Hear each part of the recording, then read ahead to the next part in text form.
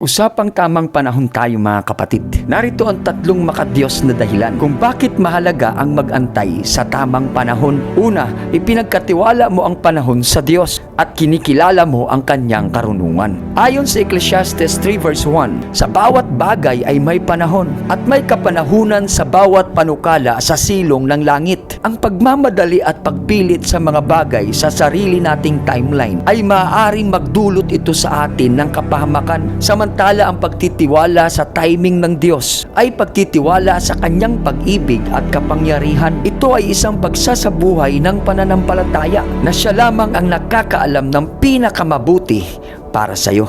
Pangalawa, kapag naghihintay ka, ito ay paghuhubog ng iyong karakter. Ayon sa Romans 5 verses 3 to 4, ang kapighatian ay nagbubunga ng pagtitiis at ang pagtitiis ay katangian at ang katangian naman ay pag-asa. Para sa Diyos, ang paghihintay ay hindi isang patay na panahon o pagsasayang ng oras, kundi ito ay isang aktibong panahon para sa iyong paglago. Sa panahon na yon, doon kumikilos ang Diyos at habang naghihintay ka, pinagtitibay ng Diyos ang ating pasensya, pinapaunlad ang ating karakter at pinapalalim ang ating pananampalataya sa Kanya. At pangatlo, pag-iwas sa kasalanan at pagtanggap ng pagpapala.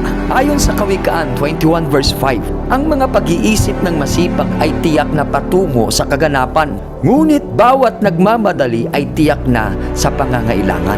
Kapag tayo masyadong nag-aapura, maaaring makaligtaan natin ang karunungan at ang gabay ng Diyos sa atin. At sa halip ay baka mapunta ka sa iyong sariling desisyon at hindi sa Diyos. Kaya kapatid, dapat mag-antay ka sa tamang panahon ng mga bagay o tao sa buhay mo. Tandaan na ang pagpipigil sa pagmamadali ay hindi lamang tungkol sa pag-iingat.